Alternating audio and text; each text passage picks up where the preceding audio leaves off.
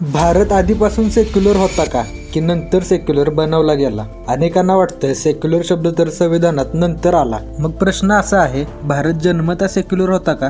जेव्हा कॉन्स्टिट्यूट असेंब्लीने संविधान लिहिलं तेव्हा एक गोष्ट ठाम होती, राज्याचा स्वतःचा कोणताही धर्म नसेल, सगळ्या धर्मांना समान संरक्षण मिळेल. म्हणूनच संविधानात हे आर्टिकल्स आले. आर्टिकल 14 कायद्यापुढे समानता, आर्टिकल 15 धर्मावर भेदभाव नाही, आर्टिकल 25 धर्म पाळण्याचं स्वातंत्र्य, आर्टिकल 26 धार्मिक संस्था चालवण्याचा हक्क, आर्टिकल 28 सरकारी शिक्षणात जबरदस्तीचा धर्म नाही. सेक्युलर हा शब्द नव्हता, पण सेक्युलरिझमचं स्पिरिट पूर्ण होतं.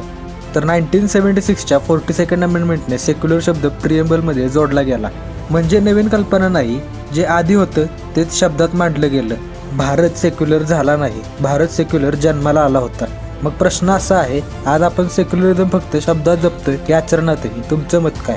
जय हिंद. Day 77 100 days constitution challenge. Follow Omkar links.